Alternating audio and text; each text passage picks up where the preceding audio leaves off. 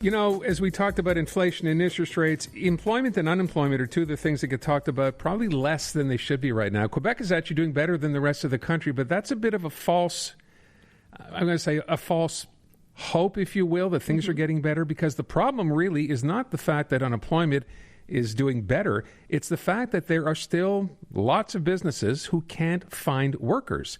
So you have kind of, both sides working against each other. In terms of, who to blame it on doesn't really matter. What matters is the fact that there are businesses now, labor trades, skilled trades, that can't find people to work. Rob Lurie from CTV was on this story. I just want you to hear this piece, and then we'll talk about it specifically with someone actually mentioned in the story who's been affected. Listen to this. Famously, Albert Einstein once said if he had to live his life over again, he would choose to be a plumber. And many in the industry say, with good reason, it could be a lucrative job. Ben Levine of Levine Plumbing says in spite of the demand and the pay, people are staying away from the field. The stereotype of a plumber, it's the butt crack with a plunger, and we're just working into people's toilets, and really couldn't be farther from the truth.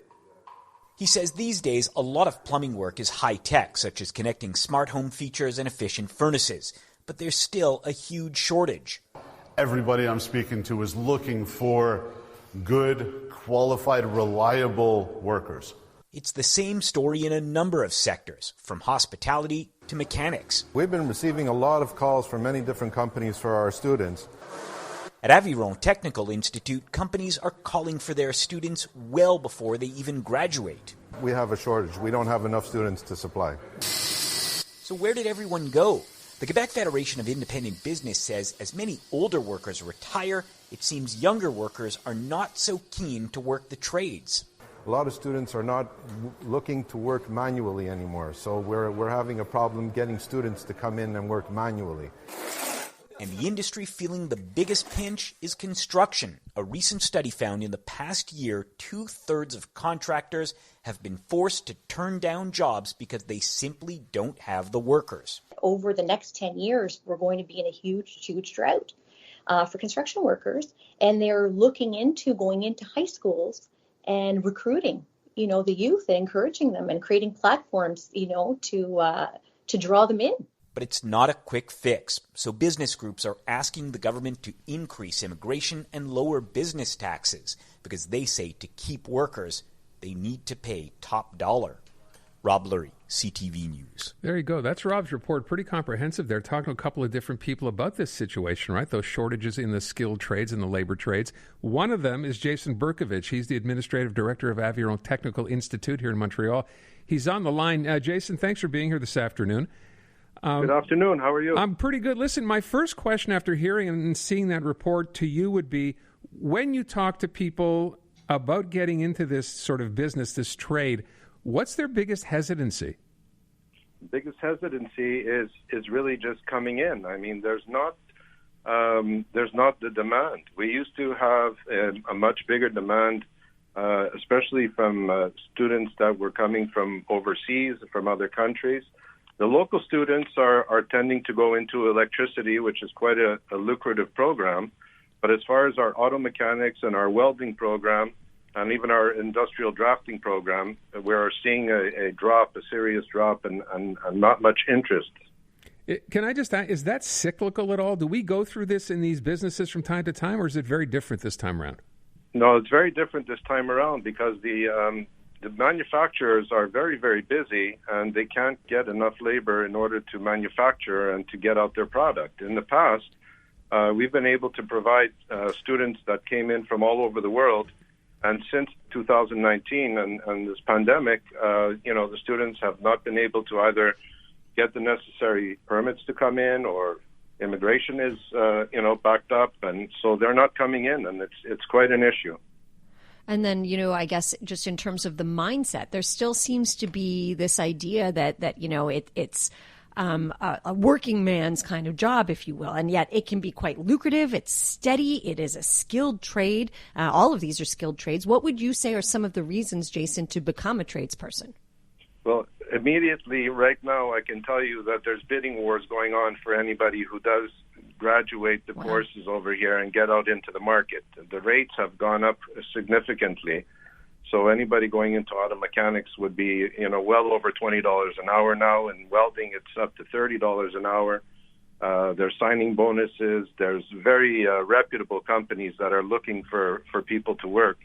So, from the corner shop to big manufacturers, there's actually quite a bit of work and opportunity for anybody that would want to go into the trade. So why do you think that stereotype kind of still exists, where somehow it's viewed as not a great job, not a real profession somehow, and yet it totally is?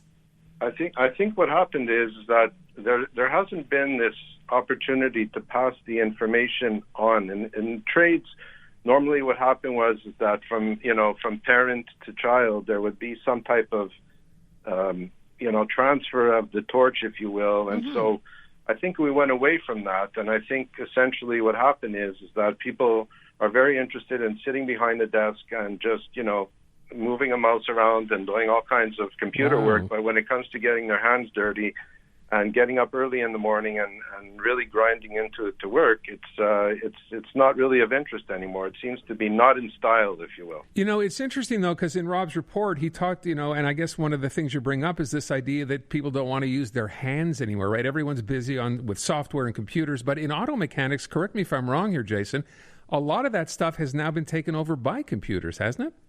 Yeah, I that's where we're going. A lot of it is very computer generated. The thing is that, there's still basic mechanics that are always going to need to be done. I mean, brake changes and anything related to electronics and anything else in between the back and front bumper, shocks and so on and so forth. Right. There'll always be a need to do that kind of mechanical work. However, yes, everything is with scanners today, and that's what we're teaching our students to do. It's how to properly read the scanners to eliminate the problems and to get to the actual problem of the vehicle. Is any of this something you could go back to schools? I know we talked about this weeks ago, this idea the guys back in the day used to take IA, industrial arts, and maybe learn that stuff in school. I'm not sure if that's still the case anymore. Well, there's opportunity always to improve. I mean, the courses have been modified over the years. Electricity was probably the latest one that the Minister of Education modified back in 2008 to go from a 1,350-hour course to an 1,800-hour course, which included home automation and telephone systems. And so those are things that, it kind of moved with the times, whereas now I think it will be time for welding and auto mechanics to evolve with the times and offer these kind of courses. So when you're talking about them coming into the classroom and trying to recruit people and also like the bidding wars that are happening, do you think that's what needs to really shift the reality here? There needs to be higher value placed on these kinds of roles and these jobs, as well as higher pay, even higher than they're being offered now.